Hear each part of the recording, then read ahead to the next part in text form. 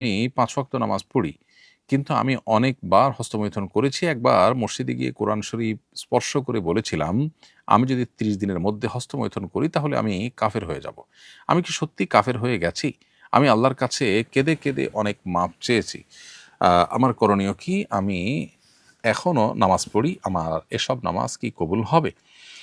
উত্তর হলো যে আল্লাহ মাফ করুক, আপনি যে গুনাহে লিপ্ত হয়েছেন সন্দেহাতীতভাবে সেটি কাবিরা গুনাহ। এর জন্য আল্লাহর কাছে তওবা এবং ইস্তেগফার করতে হবে। কিন্তু এর ফলে আপনি কাফির হয়ে যাননি। ফলে আপনার আ উম আপনি যেই কসম করেছেন যে আপনার আ এই কসম সঠিক কসম হয়নি। কোরআন স্পর্শ করে বলেছেন যে, "আমি ৩০ দিনের মধ্যে হস্তমৈথুন করি তাহলে আমি কাফির হয়ে যাব।" আপনার কসমটা মিথ্যা কসম হয়েছে। যেহেতু আপনি কাফির হয়ে যাননি সেজন্য আপনার এই শপথের জন্য কাফফারা দিতে হবে। জাস্ট কাফারা দিলে আপনি আ দায়মুক্ত হয়ে যাবেন। আর এ ধরনের কথা ভবিষ্যতে না বলার ব্যাপারে সতর্ক থাকতে হবে। এ ধরনের কথা বলা যাবে না।